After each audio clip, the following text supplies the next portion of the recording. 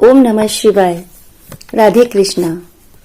Friends, आज का हमारा टॉपिक है कि स्पिरिचुअल अवेकनिंग होने के बाद हमारी जीवन शैली में और हमारे स्वभाव में क्या क्या परिवर्तन आने लगते हैं।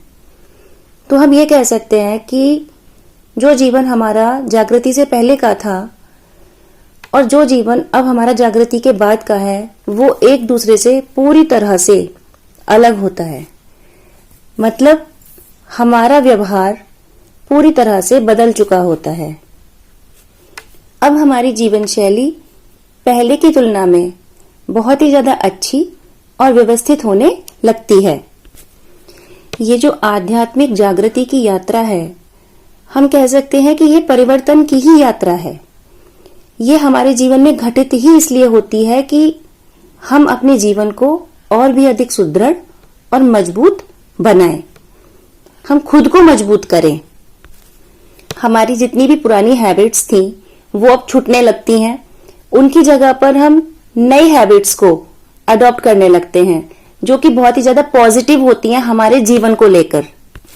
अब हम अपने इस टॉपिक को कुछ पॉइंट्स में डिस्कस करेंगे।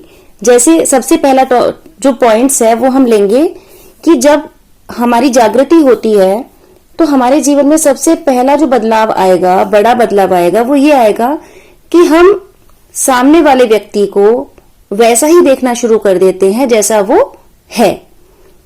मतलब पहले हम क्या करते थे? पहले हम निर्णयवादी हुआ करते थे, जज किया करते थे लोगों को। अगर उसने हमारे साथ कोई व्यवहार किया तो हम उसके पीछे बैठकर बहुत देर तक घंटों घंटों ये सोचा करते थे कि इसने हमारे साथ ये किया तो क्यों किया, या इसका कारण ये रहा होगा। कहने का तात्पर्य है कि सामने वाले के व्यवहार का हम इतना ज्यादा मूल्यांकन कर लेते थे कि हम खुद ही तो सवाल करते थे और खुद ही जवाब दे देते थे, यानी कि निर्णय भी खुद ही घोषित कर देते थे। परिणाम स्वरूप क्या होता था? तनाव। हम तनाव में आ जाते थे और परिस्थितियां बहुत ज्यादा खराब हो जाया करती थी। पर जागृति होने के बाद हमारी सोच बदलती है, हमारे अंदर समझ बढ़ती है। तो हम क्या करते हैं कि हम सामने वाले व्यक्ति को वैसा ही देखना शुरू करते हैं जैसा वो है, और हमें उसके व्यवहार से अब कोई भी ज्यादा परेशानी नहीं होती। अगर उसने कुछ कहा भी होता है या उसका जो व्यवहार है, जो उसने कुछ कार्य किया भी होता है, तो हम कोई निर्णय उस पर नहीं लेते। हम बस ये देखते हैं, प्रत्यक्षदर्शी हो जाते हैं। बस हम उसे देखते हैं और ये सोचकर उस बात को वहीं पर छोड़ देते हैं कि ये इनका खुद का व्यवहार है, इन्हें ऐसा करना अच्छा लगता है इसलिए इन्होंने ऐसा किया। हमको जो करना अच्छा लगता है हम वैसा करते हैं। तो हम पहले की तरह निर्णय नहीं निकालते कि ये व्यक्ति अच्छा है या ये व्यक्ति बुरा है, इसने ऐसा किया, इसको ऐसा करना चाहिए। नहीं, जो जैसा है हमें वैसा ही स्वीकार है। यानी कि दूसरा पॉइंट क्या आता है कि हम स्वीकार्यता में आ जाते हैं। अब हम लोगों को वैसा ही स्वीकार करने लगते हैं, वो जो जैसे हैं। परिस्थितियों को भी हम वैसा ही स्वीकार करने लगते हैं जैसी कि वो हैं। तो इसका क्या परिणाम निकलता है? इससे ये होता है कि जो परिस्थितियां हैं, जो पहले हमारे जजमेंटल होने की वजह से और भी ज्यादा खराब हो जाया करती थी। क्यों? क्योंकि हम निर्णय निकाल लेते थे और फिर उसी के हिसाब से हम रिएक्ट करने लगते थे। ठीक है ना? लेकिन अब हम क्या कर रहे हैं? अब हम कोई निर्णय नहीं निकाल रहे हैं, जो जैसा है उसे वैसा ही स्वीकार कर रहे हैं और खुश भी रह रहे हैं और उसको भी खुश रहने दे रहे हैं। तो परिस्थितियां भी खराब नहीं हो रही हैं और जो संबंध है हमारे वो भी खराब नहीं हो रहे। तो दो पॉइंट्स हमने डिस्कस किए कि एक तो अब हम निर्णयवादी नहीं होते, दूसरा कि अब हम स्वीकार्यता में आ जाते हैं। नेक्स्ट पॉइंट है कि हम प्रेम पूर्ण बर्ताव करने लगते हैं सभी के साथ। हमारे अंदर जो प्रेम है ना वो बढ़ने लगता है। हम खुद को प्रेम समझने लगते हैं। उस वक्त हमारे अंदर इतनी ज्यादा प्रेम की भावना होती है कि हमें सब चीज प्रेम में दिखाई देती है।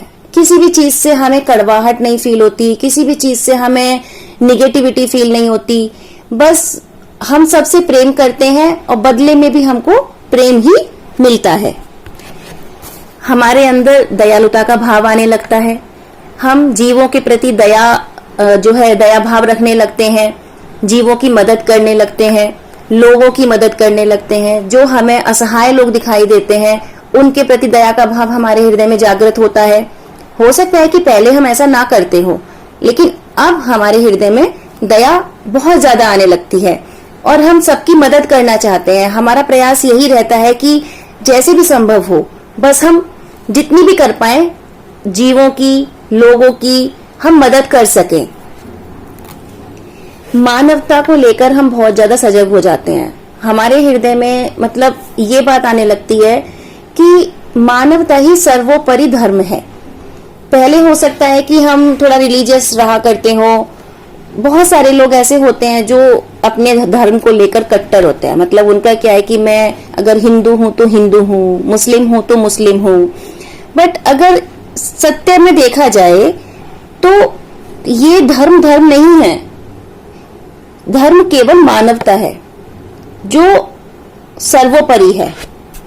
और जागृति होने के बाद हमारे अंदर यही वाली भावना सबसे तीव्र गति से उत्पन्न होती है कि मानवता ही सर्वोपरि धर्म है और हम मानवता के उत्थान के लिए कुछ ना कुछ करना चाहते हैं। हमारे अंदर ऐसी फीलिंग्स आने लगती है कि हम कुछ ऐसा कार्य करें जिससे समाज का अच्छा हो, मानवता के प्रति कुछ अच्छा हम कर सकें। अब वो चाहे छोटे से स्तर से ही क्यों ना हो, हम शुरू करना चाहते हैं। जैसे बहुत सारे लोग किसी ट्रस्ट से जुड़ जाते हैं, जैसे संस्थाएं होती हैं, कोई पशुओं की सेवा करती है, कुछ ऐसी संस्थाएं हैं जो बच्चों के लिए कुछ करती हैं, या कुछ ऐसी संस्थाएं हैं जो विधवाओं के लिए कुछ करती है। मतलब अलग अलग तरीके की संस्थाएं जो समाज के हित में कार्य कर रही हैं। लोग उन संस्थाओं से जुड़ना शुरू कर देते हैं और कुछ न कुछ अच्छा करने की प्रेरणा उनके अंदर पैदा होने लगती है। हम खुद से बहुत ज्यादा प्यार करने लगते हैं, जो हमने पहले नहीं किया होता है। हम भूल चुके होते हैं खुद से प्यार करना, लेकिन अब हम फिर से खुद से प्यार करना शुरू करते हैं। खुद से प्यार करने में बहुत सारी चीजें आती हैं जो हम किसी नेक्स्ट टॉपिक में डिस्कस करेंगे कि खुद से प्यार करना कैसे सीखें। हम दूसरों से भी प्यार करने लगते हैं। मतलब हम अपने लिए भी अच्छा सोचते हैं और दूसरों के लिए भी अच्छा सोचते हैं, खुद के लिए भी अच्छा करते हैं और दूसरों के लिए भी अच्छा करते हैं। यही प्यार है, ठीक है ना।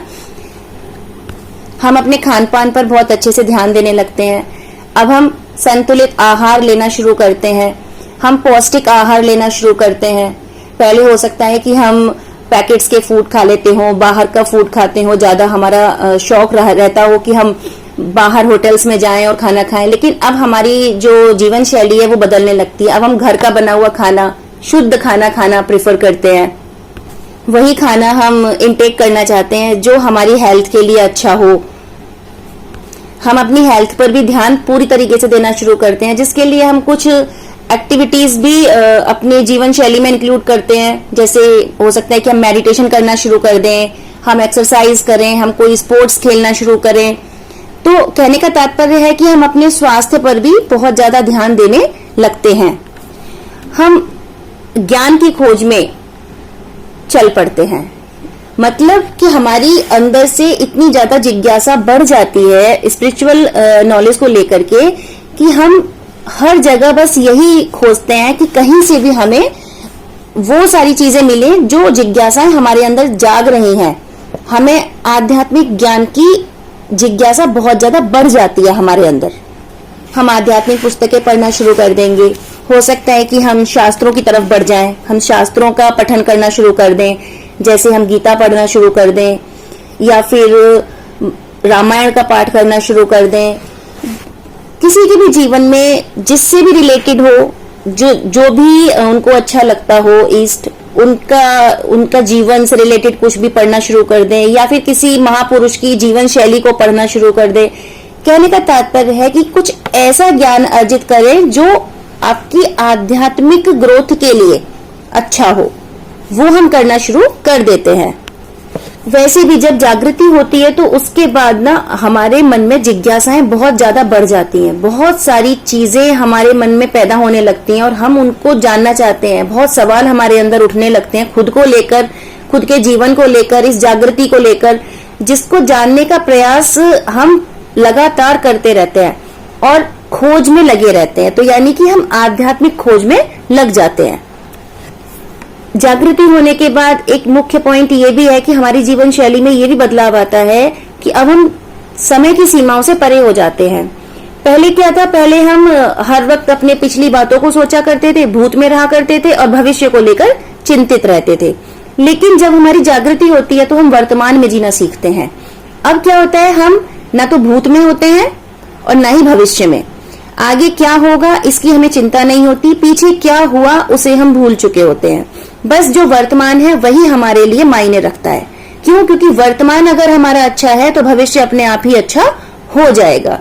तो जागृति हमें यही सिखाती है कि अपने वर्तमान में जियो और वर्तमान को कैसे अच्छा कर सकते हो यही प्रयास करो। जो परिस्थितियां आपको वर्तमान में दी गई हैं या आपके आसपास बनी हुई हैं, आप उनमें कैसे अपना 100% अच्छा दे सकते हो वो दो, और फिर देखो कि रिजल्ट क्या निकल के आता है। रिजल्ट भी हमेशा पॉजिटिव ही आता है। अगर आप पॉजिटिव देंगे तो पॉजिटिव ही आएगा। अब हम स्वयं को प्राथमिकता पर रखते हैं। पहले हम सारे भौतिक जगत को प्राथमिकता पर रखते थे, बाद में खुद को रखते थे। लेकिन अब हमारी जीवन शैली में ये परिवर्तन होता है कि अब हम खुद को प्राथमिकता पर रखते हैं। यानी कि पहला निर्णय हम खुद को लेकर करते हैं, बाकी का हम बाद में सोचते हैं। निगेटिव लोगों से हम दूर रहना शुरू कर देते हैं। यानी कि जो लोग लोअर वाइब्रेशंस में रहते हैं उनसे हम दूरी बनाने लगते हैं और पॉजिटिव लोगों की तरफ हमारा रुझान बढ़ जाता है। हम ऐसे लोगों के संपर्क में रहना चाहते हैं जो सकारात्मक हो, जो स्पिरिचुअल हो। ओके, ऐसे लोगों से हमारी नजदीकियां बढ़ने लगती हैं। लेकिन जो लोग लोअर वाइब्रेशंस में रहते हैं, 3D वर्ल्ड में रहते हैं, हर वक्त निगेटिव थॉट्स रखते हैं, ऐसे लोगों से हम बचना चाहते हैं। अब हम फियर की एनर्जी से भी बाहर आ चुके होते हैं। जागृति के बाद हमें भय नहीं सताता। जागृति से पहले क्या था कि हम हर वक्त भय में रहा करते थे, ये ना हो जाए, वो ना हो जाए। किसी भी बात को लेकर इतनी ज्यादा चिंता हो जाती थी कि हम बहुत परेशान हो जाते थे। लेकिन अब क्या है, जागृति के बाद हम भय मुक्त हो जाते हैं। हमें किसी चीज की चिंता रहती ही नहीं है। हमने अपने जीवन को पूरी तरह से ईश्वर को समर्पित कर दिया होता है। वो जो करेंगे वो हमें स्वीकार होता है और हमें पता होता है कि जो होगा वो अच्छा ही होगा। नेक्स्ट पॉइंट है कि स्पिरिचुअल अवेकनिंग के बाद सबसे इंपॉर्टेंट है कि हम प्रकृति से जुड़ना शुरू कर देते हैं। प्रकृति क्या है? प्रकृति ही ईश्वर है। वो हर चीज जो ईश्वर के द्वारा बनाई गई है वो ईश्वर ही है। और हमारी जीवन शैली में ये मुख्य परिवर्तन आता है कि हम प्रकृति से और प्रकृति की हर चीज से बहुत ज्यादा प्रेम करने लगते हैं। जैसे पेड़ पौधों से हमें बहुत ज्यादा लगाव होने लगता है। हो सकता है कि हम गार्डनिंग करने लग जाएं। हर जो एनिमल्स होते हैं उनसे भी हम बहुत ज्यादा प्यार करने लगते हैं, उनकी सेवा करने लगते हैं। जो बर्ड्स वगैरह होती हैं उनसे भी हमें बहुत प्यार हो जाता है। तो यही सारे पॉइंट्स हैं जो आध्यात्मिक जागृति होने के बाद हमारी जीवन शैली में जुड़ते हैं। यही परिवर्तन हमारे जीवन को बदलते हैं। तो अगर आप इस तरीके की और जानकारी चाहते हैं तो प्लीज आप इस चैनल को सब्सक्राइब कर लीजिएगा। Thank you.